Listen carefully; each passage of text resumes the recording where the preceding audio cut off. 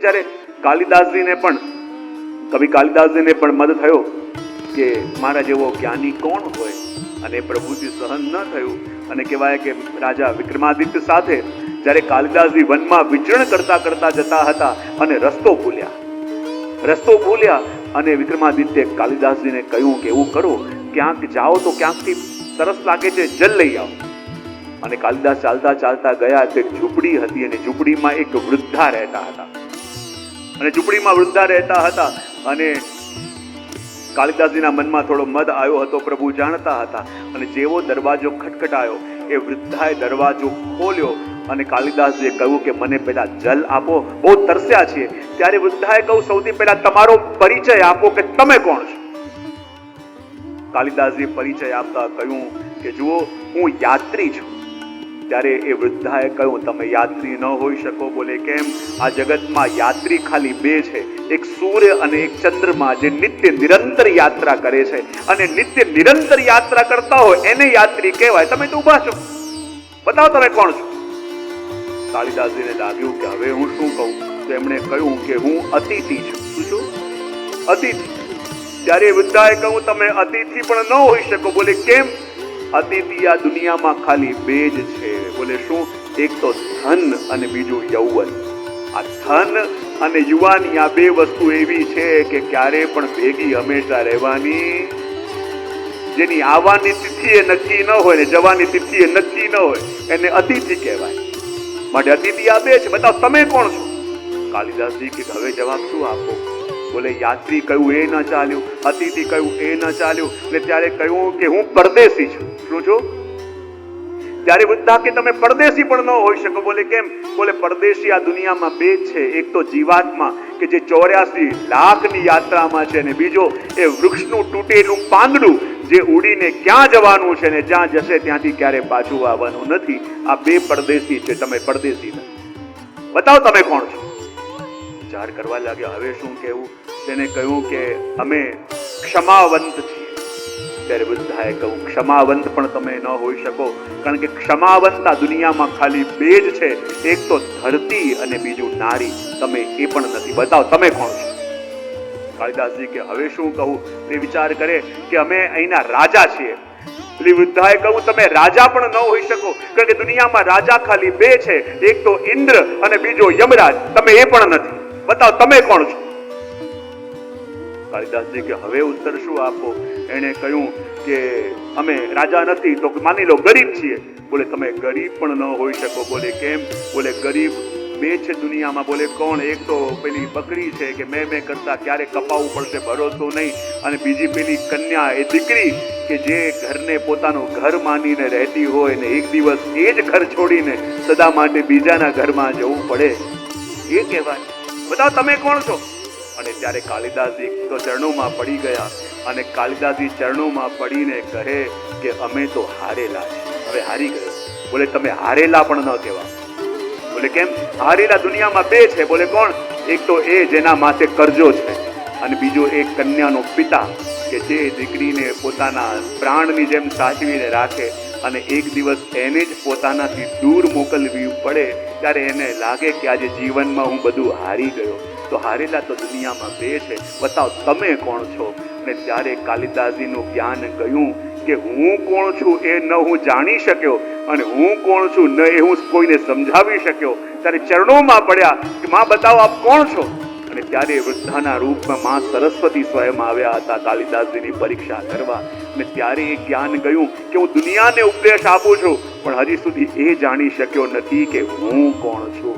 અને જ્યારે જન્મ લઈને પરમ સાથે સંબંધ થાય ત્યારે પ્રભુનો પરિચય થાય. અને અહીંયા પ્રભુનો પરિચય આપતા કહું ભગવાન કયા, તો કહે જન્માદ્યસ્ય યતઃ.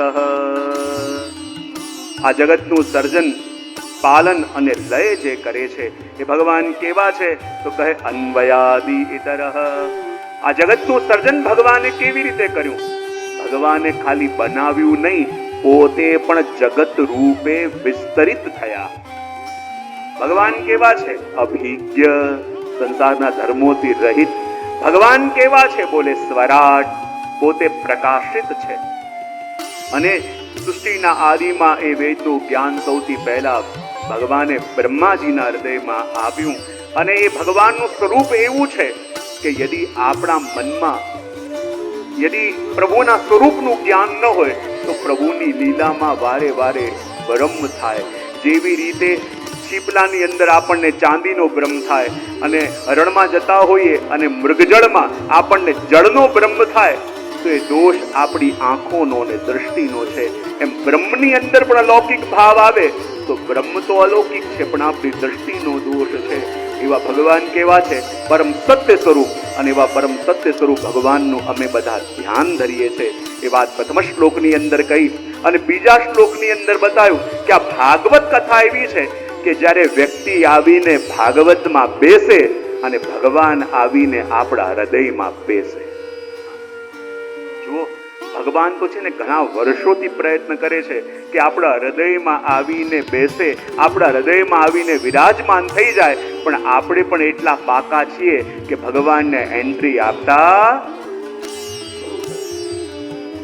આપણે પણ એટલા હોશિયાર છીએ કે ભગવાનને એન્ટ્રી આપતા નથી. હવે કોઈ ચોર હોય એને ક્યાંક ચોરી કરવા જવું હોય ને તો એ જુએ કે આ મકાનમાં કઈ બારી અને કયા બારણા કાયમ ખુલ્લા રહે છે. અને ભગવાન કહે છે કે આના દેહરૂપી મકાનમાં એક જ બારી એવી છે કે જેમાં કોઈ બારણું નથી. એને શું છે? બોલે એના કાન.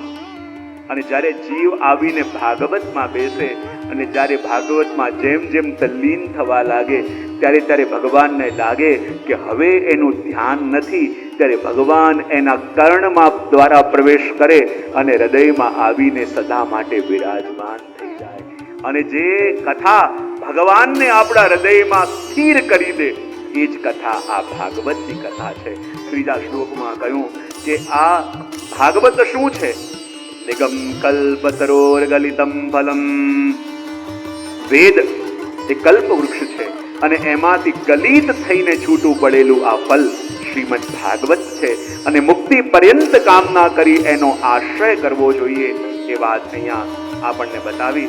અને હવે આપણને લઈ જાય છે સીધા નૈમિષારણ્યમાં. ક્યાં લઈ જાય છે? અને નૈમિષારણ્યમાં એક વિશાળ ગુરુકુલ છે.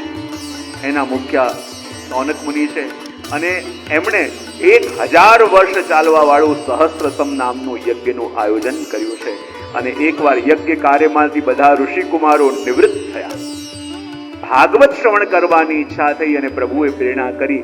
સૂતજી મહારાજ ત્યાં પધાર્યા અને બધાએ સૂતજી મહારાજને વંદન કર્યા અને વંદન કરી અને પ્રશ્ન કરતા કહેવા લાગ્યા, હાથ જોડીને પ્રશ્ન કર્યા અને કહ્યું કે આપ તો દરેક શાસ્ત્રોમાં પારંગત છો અને અમારા જીવનમાં અજ્ઞાન. શાસ્ત્ર ઘણા છે પણ એને ભણવાની અને જાણવાની આજે લોકોના મનમાં જિજ્ઞાસા નથી. તમે સુંદર 56 ભોગોથી ભરેલી થાળી એની આગળ મૂકો કે જેને જરાય ભૂખ ન હોય તો એ વ્યંજનોથી ભરેલી થાળીનો કોઈ મોલ છે?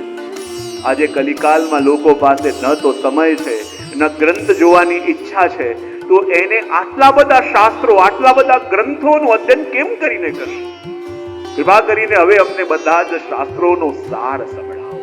અને બધા પ્રશ્નો પૂછાયા અને પ્રશ્નોના ઉત્તર માટે સૂતજી મહારાજે 3 શ્લોકમાં મંગલાચરણ કર્યું અને મંગલાચરણ કરીને કહેવા લાગ્યા, આ શ્લોકમાં એક ધર્મની વ્યાખ્યા આપી દીધી.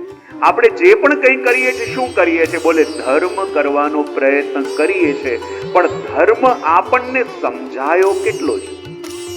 કોઈ યાત્રાઓ કરે ને લાગે કે અમે ધર્મ કરીએ છીએ, કોઈ જપ કરે, કોઈ વ્રત કરે, કોઈ તીર્થ કરે, કોઈ સ્મરણ કરે, કોઈ ધ્યાન કરે અને આપણને એમ લાગે કે આપણે ધર્મ કરીએ છીએ, પણ આપણે ધર્મને સમજ્યા છીએ કે અમુક રિચ્યુઅલ્સને આપણે પકડી લીધા છે?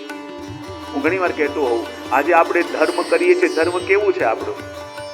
બહુ વર્ષો પહેલા એક ઋષિકુલની અંદર જ્યારે ઋષિકુમારો ભોજન કરવા બેસે ને તો ત્યાં એક બિલાડી ફરતી અને બધા પ્રસાદ લેવા બેઠા હોય તો બિલાડી આવીને એમના પાતળમાંથી કંઈક ખાઈ જાય અને કંઈક ઉપાડી જાય અને બધાને બહુ તકલીફ પડતી હતી. તો બધાએ નિયમ લીધો કે હવે જ્યારે બધાને પ્રસાદ લેવડાવવા બેસાડવામાં આવે તો પેલી બિલાડીને પકડીને બાંધી દેવાની. અને રોજનો નિયમ કે જ્યારે પ્રસાદનો ટાઈમ થાય એટલે બિલાડીને પકડે, એને બાંધી દે અને પછી બધા પ્રસાદ લેવા બેસે. અને વર્ષો આ પરંપરા ચાલી. પેલા ગુરુજી પહોંચી ગયા, પેલી બિલાડીએ પહોંચી ગઈ, પણ શિષ્યો કહે ને આપણી તો પરંપરા છે જ્યાં સુધી બિલાડી ન બંધાય પ્રસાદ કેમ લેવાય? બીજી બિલાડી ખરીદીને લાવ્યા, વેચાતી બિલાડી લઈને આવ્યા અને રોજ એને પેલા બાંધે અને પછી પ્રસાદ લેવા જાય. શેના માટે પ્રારંભ થયું હતું અને શેના માટે હવે આ ફોલો કરી રહ્યા છે? આ જગતની અંદર કેટલાક ધર્મો આપણે જે નિભાવ્યા છીએ ને, આપણી દશા પેલા બિલાડીને બાંધવા જેવી.